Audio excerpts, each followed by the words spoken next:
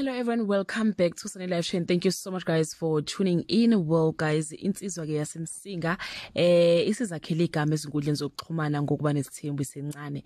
uNjabulo Msomi oneminyaka u29 uthe yena namakhosikazi akhe uLisiho Motsepo na 23 noAmahle Mthembu na 19 bayofa balahlane. Ukusho lokhu ekhuluma nesolezo ngemuva kokusabalala kwezithombe zakhe namakhosikazi akhe amabili ahlale shutha nawo okukhombisa ukuthi ke bayazwana impela.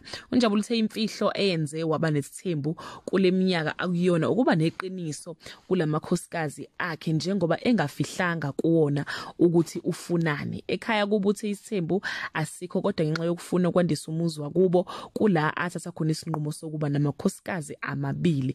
uLisiho ke kuthiwa ungowase Orange Farm kanti uAmahle ungowase Nkandla. Isifiso sakhe uthe kwakuwukuba nekhaya elifudumele futhi umuzi sewakhile emakhaya ube nomuntu ozohlala kuwo. Kusho yena ke uNjabulo uthe uyabona abantu bebabazi ukuzwana kwabo wathi kudalwa ukuthi konke abakuhlelayo bakwenza ngokubambisana.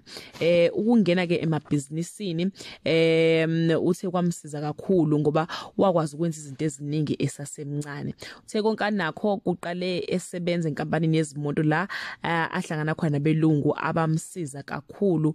Wasebenza nabo wagcina ke nayisevula ezakhe inkampani njengeyokwakha neyonogada. Uthe amakhosikazi akhe usebenza nawo njengoba benendawo yokucwala izinwele njena wahamba ufunda ngomkhakha wezamabhizinisi nokukhangisa okwenza izinto futhi zabalula kakhulu.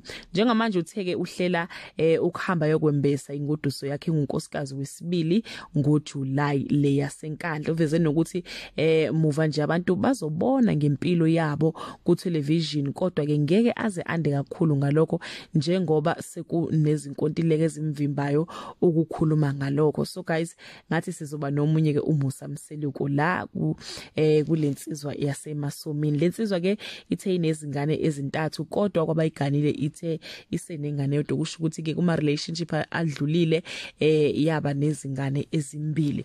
So ke yaba kithi ke insizwe ezincane ngathi zithanda ukusika iphethini lapha yana kubaba uMseluko. Abanye ke bathe zisencane kakhulu ezingane noma amakhosikazi akhe for ukuba sesithenjini ikakhulukazi lo ka 2004 oneminyaka u19 kodwa ke abanye bathi uyokhulela khona emendweni akahambe ayogana. Into ke ngiyithandile ngalensizwe yakamsomo ukuthi ke i-financial stable niyazi ke bakithi ukuthi isithembu asimfuna umuntu opatanisayo, asimfuna umuntu ozamayo, asimfuna ulamba. Sifuna ngathi iphakethe lakho lingathi nje uqina impela lithi uqina impela.